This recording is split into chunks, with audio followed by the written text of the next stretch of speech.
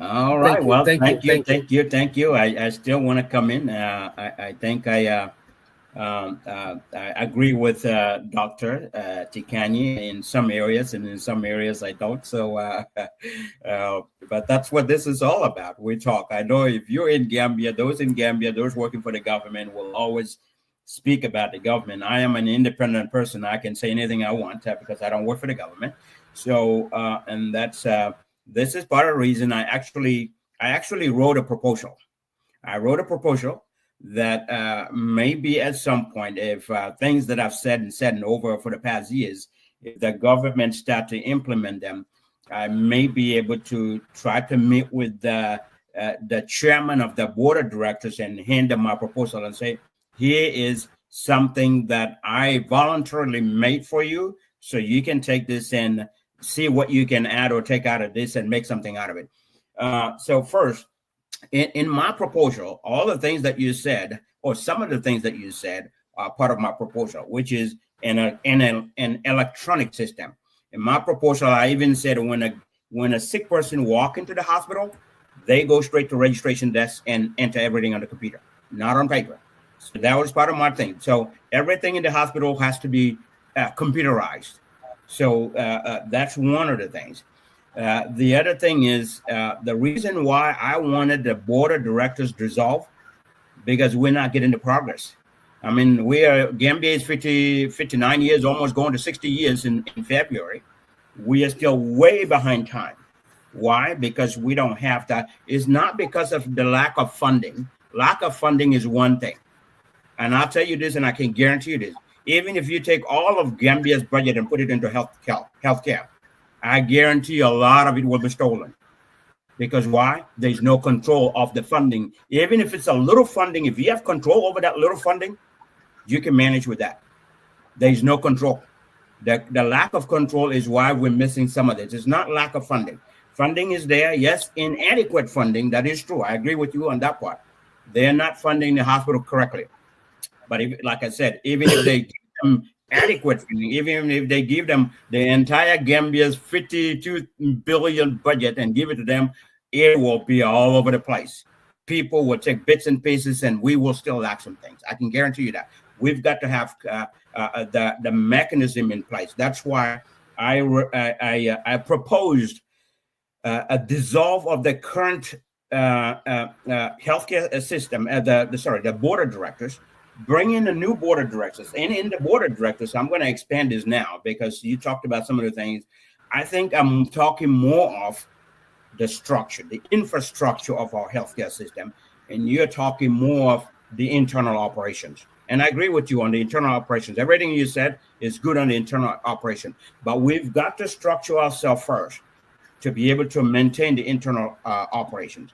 So if we structure ourselves by having a board of directors, in that board of directors, now I'll expand this part, there should be a director that is responsible for supply and inventory of the hospital.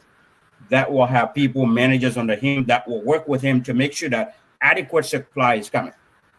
There should be, under the board of directors, there should be a section or department that it is responsible for recruiting, training, and development of our doctors and nurses. So that will take care of that part too. And I know you talked about training, but this is all part of my things that I've talked about in the past. So if you have a board of director responsible for, in the board of directors, you have a section that is responsible for recruiting, training, and development of doctors and nurses, we will have every specialty that we need for every hospital that we have. You should also have a director on the one board of directors. You should have someone responsible for the electronic system, the IT system, to make sure that the government function electronically from the moment a guest or a patient walk into the hospital, the computerized system that's going to register them to all the way to where the doctor prescribes a medicine that gets into that, drops into the pharmacy's computer system.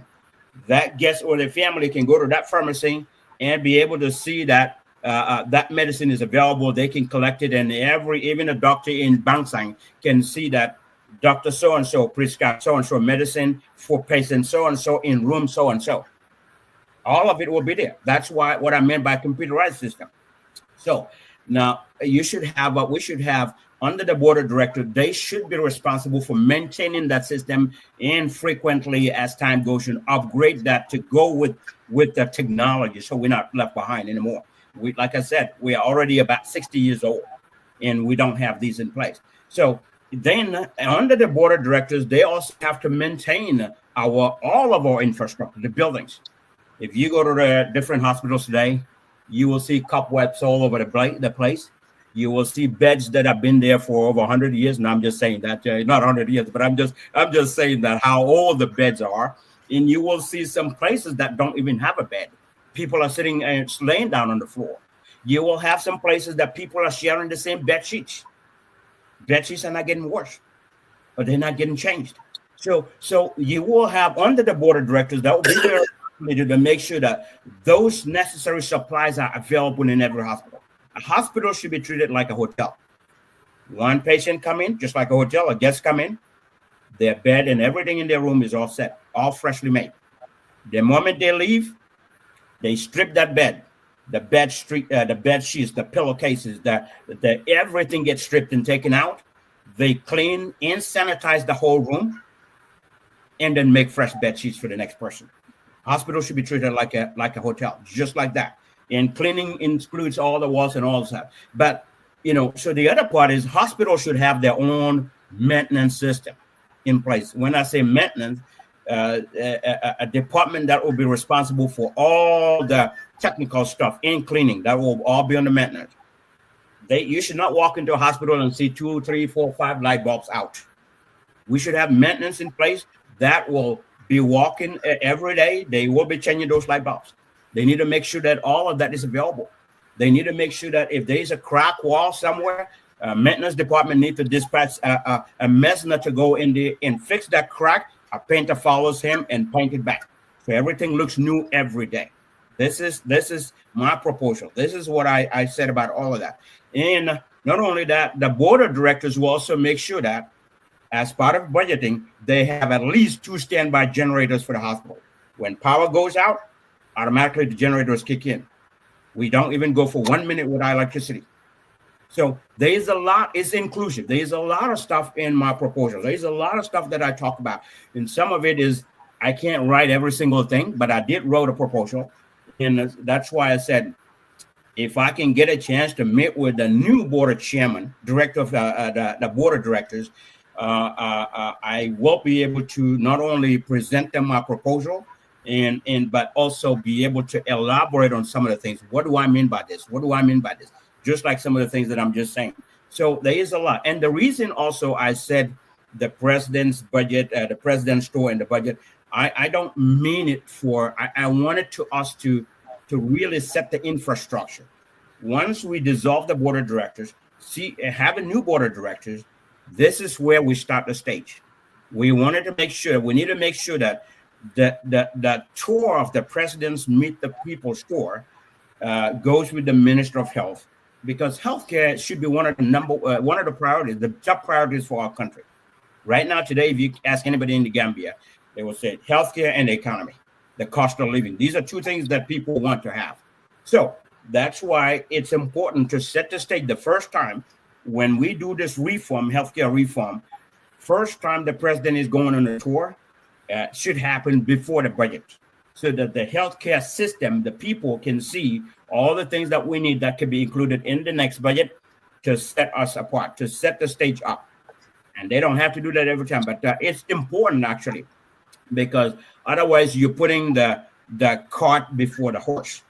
If you make a budget, but you don't know what's out in Bansa, you don't know what Kaur has, you don't know what's in Chamin, you don't know what Dankunku has, you don't know what's in Jarasoma, you're making a blind budget.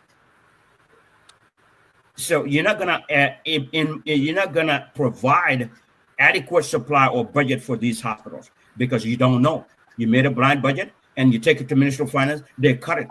But if the president go with them prior to budget, Minister of Finance can go, Minister of Health can go, to see that these are basic necessities that we really need to do.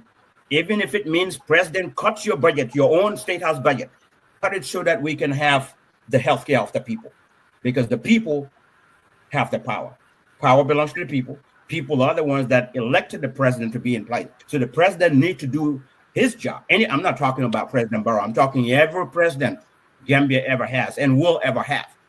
That is part of their job, to be there to make people's lives better. That's their job, not to go to the State House to enjoy and make big budgets for the State House and enjoy and do all of those things when the people in the provinces are suffering. You see what I mean? So I want the proper infrastructure set first, then we can worry about internal. But when the infrastructure is set, that comes along with some controls, some control mechanism, people responsible for overseeing every aspect of the hospital administration, just to cut it short. That way, the people now in the hospital, the doctors and nurses and all the staff can do their job and not lack anything, because they will have what they need, the adequate supplies that they need, they will have it, but there is going to be control for those supplies. Nobody can even take a towel out. Nobody should be able to take a box of Tylenol or medicine or children's medicine out and be missing. And just to elaborate on that too, that's part of the reason I said when the board of directors do their survey with 3 different countries or pharmaceutical companies that makes hospital supplies, get into an agreement. Nowadays with technology, that pharmaceutical company can see the inventory level of Gambia in their computer system, because their computers are going to be linked, so that when the last delivery came with, let's say I gave an example of 1,000 Tylenols, they can see that out of that 1,000 Tylenols, 15 has been transferred to, or 20 has been transferred to Bansang, 10 given to Farfenye, 10 given to Kudang, 10 given to Basay. They can see that, and those are being used as they're getting depleted, that there will be an automated system, an automatic payment replenishment system. So that pharmaceutical company will see that they're going to need more.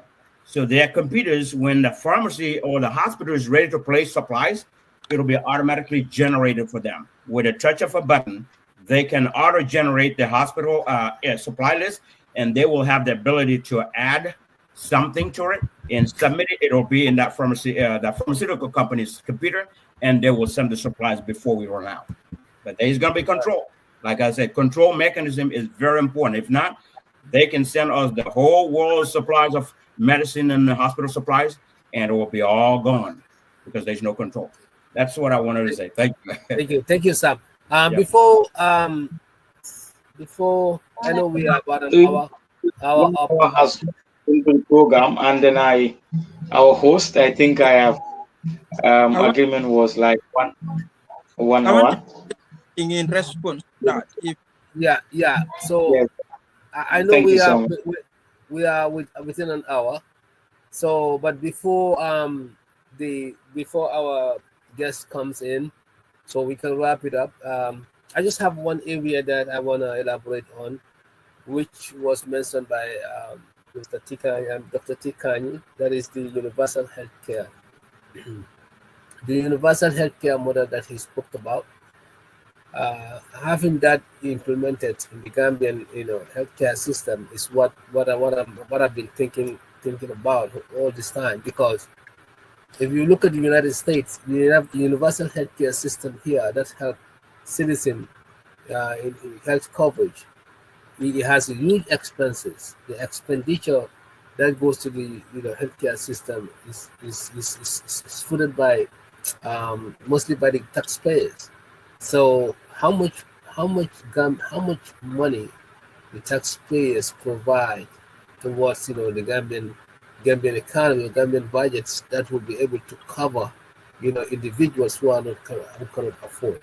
Because the poverty level in the Gambia is so high that if everyone should be able to get treatment because they cannot afford healthcare, I mean where are you gonna get that bill footed? Where is that money gonna come from? Because if you look at the amount of taxes being collected, based on the corruptions and other things that happen within the system, how could you even have money to cover the health expenses of the citizens?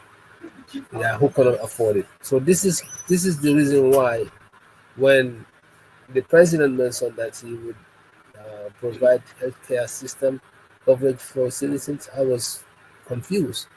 You can't even basically do much, with some of the things that we have, in terms of medicines, in terms of other facilities when it comes to healthcare.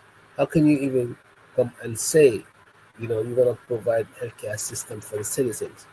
So I think this is one area that we also have to look at, because basically, I know when people go to the hospital, they do pay. Some people, if they don't have, they would have rather, don't buy the medicines, or they get, keep getting sick, or maybe they have their loved ones abroad, who would help them. If they don't have that, then they are stuck. So how do we solve this problem on average citizens who need, to give them health equity, and what they need to be healthy, because everybody's level is different. If Ousman can afford, 10,000, 20,000 to get treated, the party cannot even afford, 2,000. So, but party need the same level of health treatment, in order to serve as an equity, like Ousman. So, how can you make up parties 2,000 to 20,000 to be able to get the same treatment that Ousman got? Because Ousman already can afford his, and they are all citizens. So, health equity and then healthcare, coverages and so forth. How can we solve that issue in the Gambia, aside from politics? Because I know the politicians will say anything just to get the votes, or get people hear what they want to hear. But realistically, how could this problem be resolved? I mean, how could we take care of this problem compared to the current problem? That would be my last question. Thank you.